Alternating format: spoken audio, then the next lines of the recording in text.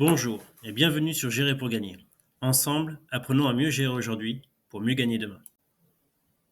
Aujourd'hui, avec un peu de retard et non sans mal, je sors la vidéo bilan pour le PEA pour le mois de juin 2025. Tout d'abord, un petit conseil, je ne suis pas conseiller financier, cette vidéo n'a pas pour but de vous proposer un placement financier ou un quelconque conseil d'achat, mais uniquement un but pédagogique et de partage. Vous ne devez en aucun cas copier ou reproduire mes prises de position, vous restez responsable de vos investissements. Investir comporte des risques de perte partielle ou totale de capital. Petite page de pub pour mes partenaires, donc Bourse Direct que j'utilise pour mon PEA, Trade Republic pour mon compte titre et la première brique pour mes investissements en crowdfunding immobilier.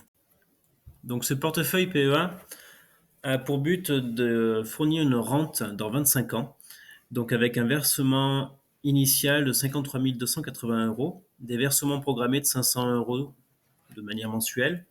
Si on admet une croissance du portefeuille de 7% par an, cela fera un capital dans 25 ans de 479 628 euros. En retirant 4% de ce capital-là, ça donnera 27 316 euros annuels bruts, soit un revenu mensuel de 2 276 euros avant impôt. Donc, dans 25 ans, je ne sais pas à quelle sauce on sera mangé. Donc ce sera la surprise. Durant le mois de juin 2025, le CAC 40 a une performance négative de moins 0,92%.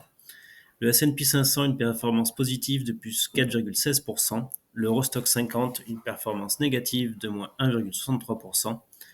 Et l'Amundi MSCI World une performance positive de plus 1,26%. Donc on peut voir ici une capture d'écran de mon historique de compte de chez Bourse Direct. Donc on peut voir que j'ai reçu des coupons de chez Legrand pour 19,80 €. J'ai reçu aussi des coupons d'Essilor Luxottica pour 7,90 €. Des coupons, encore une fois, de GTT pour 61,28 €, ce qui porte un total de coupons pour le mois de juin de 88,98 €. On peut voir aussi que j'ai procédé à la vente de l'Amundi DAX, donc la seule position que j'avais, pour augmenter mes liquidités. J'ai racheté des actions Novo Nordisk, cette action à un cours de 63,53 €. J'ai acheté 2 actions LVMH à un cours de 459,35 €, donc pour faire baisser mon PRU. J'ai acheté 2 actions Essilor Luxottica à un cours de 238,80 €, pareil pour faire baisser mon PRU. J'ai ensuite racheté 2 actions Essilor Luxottica à 234,50 €. Et ensuite, j'ai renforcé ma ligne MSCI USA Daily, Leverage, donc 5 unités à 20,46 €. Et on peut voir que j'ai souscrit à une position de chez Indépendance AM, donc les Small Cap Europe.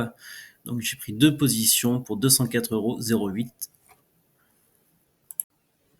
Donc sur la partie supérieure de l'écran, vous pouvez voir une capture d'écran de mon fichier de suivi pour mes actions. Donc vous pouvez voir le cours, le PRU auquel j'ai acheté les actions, la quantité que ça représente, les variations. Sur la partie inférieure, vous pouvez voir une capture d'écran de mon compte Bourse Direct avec une évaluation totale du compte en cette fin juin à 62 002,39 €, une moins-value latente toujours présente de 2 937,76 € et une performance dividende comptée, bien entendu, de 4,34% pour le mois de juin. Donc, toujours en forte moins-value, mais quand même moins importante que ça n'a pu être. Lors du crash, à cause de Trump, je suis descendu à plus de 10 000 € de moins-value, avec un portefeuille qui avoisinait les 45 000 €, 50 000 € à peu près de valeur complète. Donc ça remonte quand même relativement bien. Ici, on peut voir une capture d'écran donc pour toutes mes positions que je possède. Donc là, cette fois, c'est Bourse Direct. Et donc, du coup, je vous laisse mettre pause si vous voulez regarder plus en détail les PRU et la quantité que je possède pour chaque action.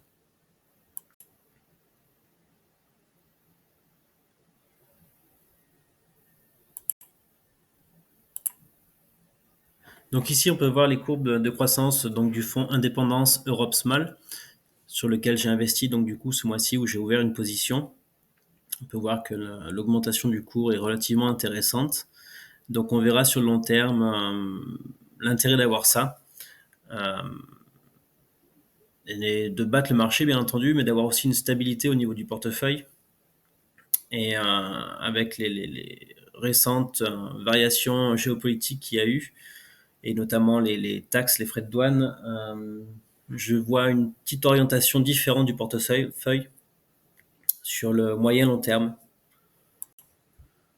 Donc ici, on peut voir la composition donc, du fonds, du moins les expositions géographiques. Donc on peut voir qu'on est exposé à l'Allemagne, à la Belgique, à l'Europe du Nord, à la France, un petit peu à la Grèce, à l'Irlande, Pays-Bas, Portugal.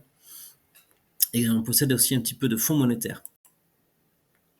Là, cette fois, c'est une ligne que j'ai ouverte fin juin, début juillet.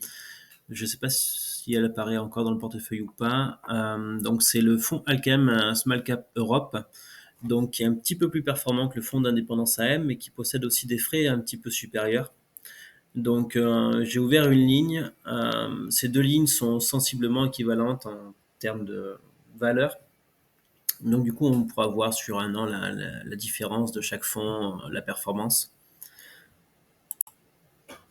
Donc là, pour ce fonds Allkem, on peut voir l'exposition qui est exposée en Autriche, en Espagne, en France, toujours aux Pays-Bas, au Portugal. Donc on peut voir que l'exposition est un petit peu différente, même au niveau de pourcentage de position pour chaque pays. On peut voir que c'est différent du fonds Indépendance AM. Donc ça permet aussi de se diversifier. Donc là, on peut voir un graphique qui compare donc du coup le fonds Indépendance AM en vert et le fonds Allkem en rose. Donc bien, le fonds Allkem possède des frais un petit peu supérieurs au fonds d'indépendance AM. Donc à voir si du coup en réalité si les frais n'impactent pas trop la performance.